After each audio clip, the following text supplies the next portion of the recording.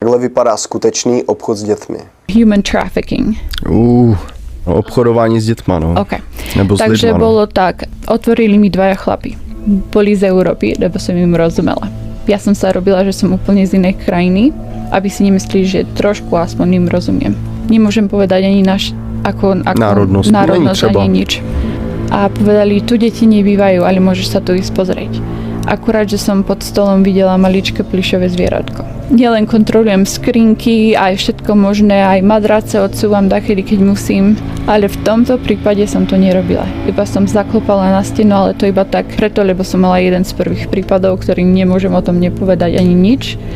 V tomto mi niekto zaklopal nazad cez stenu. Ja som sa robila tak, že to neviem, lebo ja som bola 41 týždňov tehotná a už mi bolo jasné, že mňa zabijú.